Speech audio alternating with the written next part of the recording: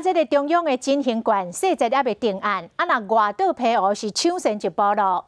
马经市公所今仔日开始发予65岁以上的老伙仔人，一个人300块的敬老礼券。这个当地2万个长辈者摕到这个礼券，欢喜甲袂顾哩。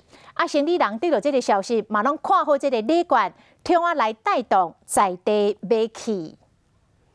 透早配合马经市北新市场真闹热，因为市长带头先提敬老券来消费。我甲买4份啊。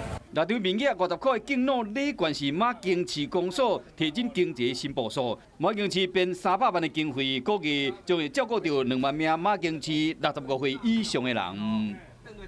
感觉比较有人来了，最起码会觉得说，消费他们比较不会有什么压力这样子。 这张礼券的使用日期是为6月7到11月30，市民会使到马经市文乐市场、甲北新市场消费，拖上摕入了会使到市公所换现金。阮若收到你的这个票过来了吼，阮伫这个3天内，把这个现金拨落到你的这个户头内底。官伫中央振兴券确定进前，提早发放礼券，促进消费。即马票券议会嘛有意要对安尼做，希望讲会使每一人发500块的振兴券。 照顾到更较侪人。